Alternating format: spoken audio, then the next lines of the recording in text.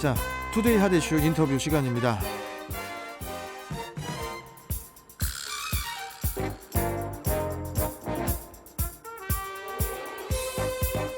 최근에 스포츠계에 어두운 뉴스가 많았는데요. 오랜만에 팬들의 귀를 솔깃하게 만드는 소식이 전해졌죠. 메이저리거 추신수 선수가 KBO 리그 무대에 입성을 합니다. 벌써부터 일거수일투족에 관심이 뜨거운데, 자, 그래서 오늘 스포츠월드 이혜진 기자와 신세계 추신수 계약 관련해서 짚어보겠습니다. 자, 이혜진 기자님 안녕하세요. 네, 안녕하세요. 스포츠월드 이혜진 기자입니다. 예, 반갑습니다. 반갑습니다. 어떻게 바쁘게 잘 지내시고 계시죠? 네, 바쁘게 잘 지내고 있습니다. 예. 그나저나 저 평소에 일단 추신수 선수 얘기하기 전에 기자분들은 뭐 취재 다니실 때 마스크 꼭 끼시죠? 그럼요. 마스크를 쓰지 않으면 아예 취재가 불가능합니다. 그렇죠.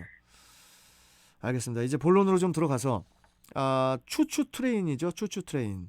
추신수 선수가 이제 신세계호를 타고 인천에 상륙을 하게 되는데, 뭐 이 자체만으로도 야구 팬들을 설레게 하기에 충분한 뉴스 아니겠습니까? 네, 그렇습니다. 지난달 23일 오전이었죠. 신세계그룹은 메이저리그 자유계약 선수인 추신수 선수와 연봉 27억 원의 입단 계약을 체결했다고 밝혔습니다. 네. 이 가운데 10억 원은 사회공헌 활동에 사용하기로 했습니다. 선수 측이 먼저 제안을 했고 구체적인 계획은 구단과 협의하기로 했습니다. 공교롭게도 이날은 신세계그룹이 SK 와이번스 야구단 인수를 위해 본 계약을 맺은 날이기도 했습니다. 본 계약은 특별한 퍼포먼스 없이 간단히 진행이 됐습니다. 등번호는 이태양 선수의 양보로 추신수 선수의 상징과도 같은 17번을 그대로 사용하기로 했고요.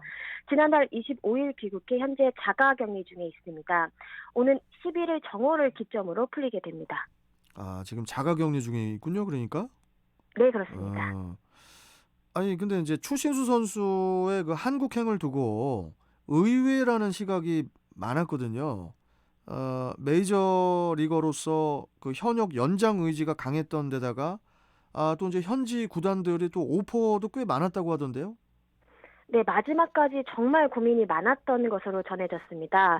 무엇보다 메이저리그에서의 마침표를 잘 찍고 싶은 마음이 컸다 이렇게 알려졌는데요.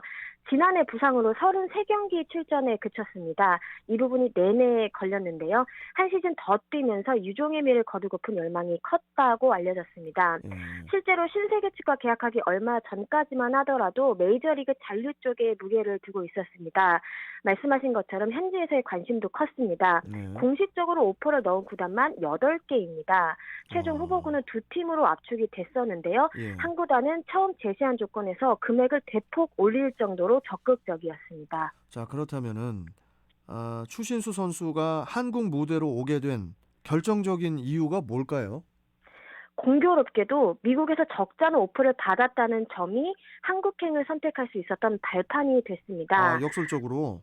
네, 추신수 선수는 지난 시즌을 마치고 은퇴까지도 염두에 두고 있었습니다. 메이저리그 구단의 적절한 영입 제안이 없다면 선수 생활을 이어갈 의미가 없다고 판단을 했다는 것인데요. 한국행도 마찬가지였습니다. 언제나 부모님 그리고 한국 팬들 앞에서 야구하고 싶은 마음은 있었으나 전제는 역시 충분한 기량을 갖추고 있을 때였습니다. 추신수 측 관계자는 메이저리그 구단들이 러브콜을 보낼 만큼 건재하다고 느꼈기에 한국행을 선택할 수 있었다 이렇게 전했습니다. 예. 근데 이제 또 이제 신세계 이야기를 좀 하자면은 이 추추 트레인 추신수 선수를 영입하기 위해서 신세계 측도 상당히 공을 들인 걸로 알고 있거든요. 네, 신세계그룹은 야구단 인수를 결정한 직후부터 추신수 선수 측이 함께하고 싶다는 의사를 전달한 것으로 알려졌습니다. 1월 초 야구단을 통해서 처음 연락을 취했는데요. 당시 추신수 선수는 신세계그룹의 관심에 고맙다 이렇게 마음을 표했습니다. 물론 그때까지만 하더라도 서로의 의견을 알아보는 단계였습니다. 추신수 측이 올해는 메이저리그에서 뛰고 내년에 입단을 생각해보겠다 이렇게 뜻을 표하기도 했었는데요. 그때도 신세계 측은 계속 기다리겠다 이렇게 밝혔습니다. 이런 정성에 추신수 선수의 마음도 움직였습니다. 가족과 논의 끝에 계약서에 사인을 하게 됩니다. 일각에선 신세계 구단 영입 1호 선수라는 상징성 또한 강하게 작용했을 것으로 보고 있습니다. 자, 여기서 이제 저도 개인적으로 좀 궁금했던 그 질문 하나 좀 우리 기자님께 좀 여쭤보겠습니다. 이 기자님께. 네. 이 추신수 선수가 부산 출신이잖아요. 네. 인천 출신이 아니고 일단 네. 뭐 그래서인지 이제 계약 소식과 함께 롯데 역시 주목을 받았어요. 그런데 이제 트레이드 가능성에 대해서는 확실하게 못을 박았다고요? 네, 말씀하신 것처럼 추신수 선수는 부산에서 태어나고 또 예, 자랐습니다. 예, 또래 선수들과 마찬가지로 롯데 유니폼을 동경하면서 성장을 해왔는데요. 예, 롯데에서 활약한 외삼촌 박정태 선수의 영향 또한 컸을 것으로 보입니다. 예. 실제로 메이저리그 무대를 누비는 동안에도 KBO 리그에 입성한다면 롯데가 됐으면 좋겠다 이렇게 말을 하기도 했습니다. 하지만 추신수 선수의 롯데행은 현실적으로 불가능했습니다. 신세계 전신인 SK 와이번스가 2007년 해외파 특별 지명으로 추신수 선수를 1순위로 지명했기 때문입니다. 아니 추- 해외파 선수들도 우리나라에서 지명을 할 수가 있어요? 네, 그렇습니다. 추신수 선수는 어, 규약에 따라 KBO 리그에 복귀하더라도 1년간 트레이드 될 수가 없는데요. 그래서 어, 내년에 롯데 유니폼을 입는 일이 있을까라는 의견이 나오기도 예, 했습니다. 예, 예. 이에 대해 신세계 측은 계약 과정에서 트레이드하지 않기로 못을 박았다 이렇게 강조를 했습니다. 그렇군요. 자, 일단 뭐 추신수 선수의 가세로 신세계 야구단, 예, 신세계 야구단의 전력도 크게 상승한 그런 그 모습이죠. 네, 추신수 선수와의 계약을 앞두고 신세계 야구단은 자체 데이터 분석을 했습니다. 치밀한 예측은 연봉에도 사실 숨겨져 있었는데요. 예, 예, 올해 추신수 선수의 연봉이 27억 원입니다. 예. 국내 프로야구 사상 최고 연봉입니다. 어, 롯데 이대호 선수가 가지고 있던 25억 원을 넘어섰습니다. 자체 분석에 따르면 올 시즌 추신수 선수의 대체 선수 대비 승리 기여도, 이른바 WAR이 5.71입니다. 예. 의미는 추신수 선수가 대체 선수에 비해 팀에 5.71승을 더 안겨줄 수 있다는 의미입니다. 어, 역대 자유계약 선수 사례를 대입시켜 1WAR당 4.61억 원을 곱했고요. 여기에 올림까지 더해져서 약 27억 원의 금액이 이게 산출됐다고 합니다. 아, 그래요. 이 밖에도 타율 3할 6리, 출루율 4할 2푼 8리, 장타율 5할 9푼 5리 등의 예상 성적을 도출했는데요. 지난해에 대입해보면 출루율과 장타율을 합친 OPS는 전체 2위에 해당하는 기록입니다.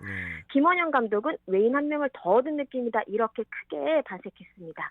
야, 이게 그러니까 연봉이 이게 다 이게 하나씩 과학적으로 이게 연봉이 책정이 되는군요, 이게. 예, 그렇죠. 이름값으로만 하지 않는 그런 시대가 대단하네요. 됐습니다. 예. 참 그 공격력에서만큼은 확실한 보강을 꾀했다고 신세계 체육 이제 볼 수 있겠는데 그 기존 선수들과 시너지 효과도 기대해 볼 법한데요. 홈런 군단의 부활 얘기까지 나오고 있다고요.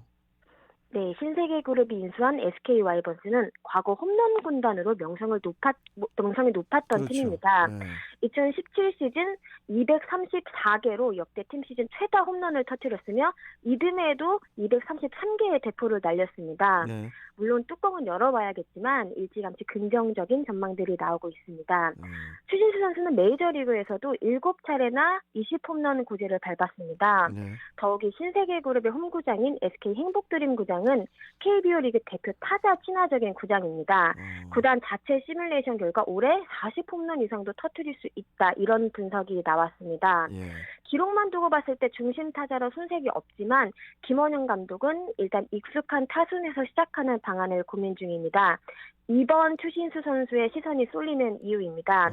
이 경우 추신수 선수에서부터 최정, 제이미 로맥, 최주환, 한유섬 선수까지 정말 공포의 타선이 완성이 될 것으로 보이는데요. 예. 참고로 이 가운데 최정, 로맥, 한유섬 선수는 40홈런 고지를 밟은 경험 또한 있습니다. 그렇군요. 그리고 또 하나 궁금증을 자아내는 부분이 바로 이제 태극마크에 관한 것인데요.